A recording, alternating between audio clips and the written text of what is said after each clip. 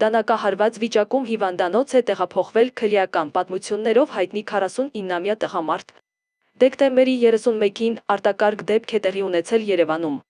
Ժամը 17:40-ի սահմաններում ՀՀ ներքին գործերի նախարարության ոստիկանության,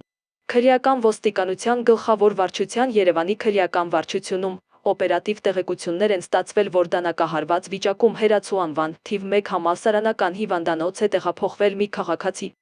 Մինչ բժիշկները պայքարել են վիրավորի կյանքի համար, ինչը նրանց հաջողվել է, քրեական ոստիկանները պարզել են, որ վիրավորը Երևանի բնակիչ 49-ամյա կմարությանն է, որը հիվանդանոց է տեղափոխվել կրծքավանդակի ձախ կեսի կտրած ծակած վերք ախտորոշմամբ։ Այս պահին քրեական ոստիկանները պարզում են, թե որտեղ է տեղի ունեցել դանակահարությունը եւ ինչ հանգամանքներում է կմարությանը դանակահարվել։ Դեպքի փաստով Երևանի քրեական վարչությունում փաստաթղթեր են կազմվել,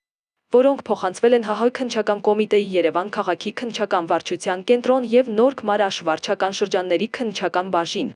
Սկզբնաղբյուրի տեղեկություններով վիրավորը հայտնի է քրեական անցյալով։